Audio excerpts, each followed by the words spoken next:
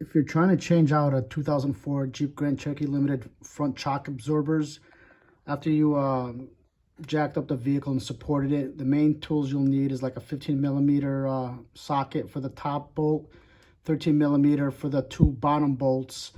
And then if you don't have the special tool for the shock absorber, I mean, I would recommend maybe just cutting off right there with a reciprocating saw. So it's going to look a little like this. I just end up just cutting it off with a reciprocating saw because it's going to be, you can't really like undo the top bolt because the shaft just spins kind of deal. And then depending on the design, this one has like the hex shape. Some other shocks have like a double D stem, so it's just a different top bolt basically, and it just makes it difficult to try to take off the shock absorber. But I mean, you could try vice grips, but I didn't have much luck with that. But the special tool that I ended up getting was this Lisle 20400.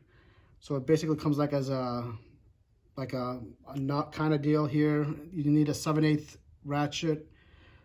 This right here, the flex head ratchet, is very, very good for that because you're going to be dealing with like tight confined spaces. And then it also comes with this piece right here.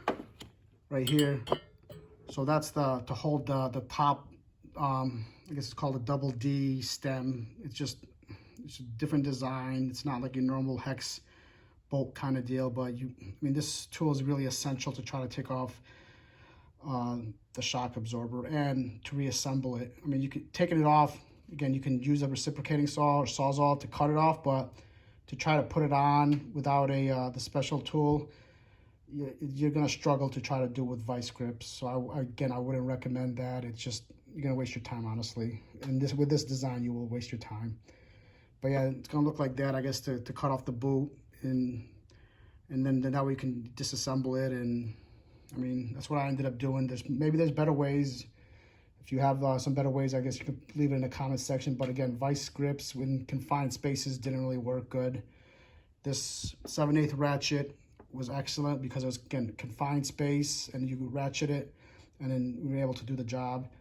Cutting off the reciprocating saw, and then to reassemble it, this basically takes like a 13 millimeter, and then you just ratchet it with this 7/8 ratchet, and it should be good.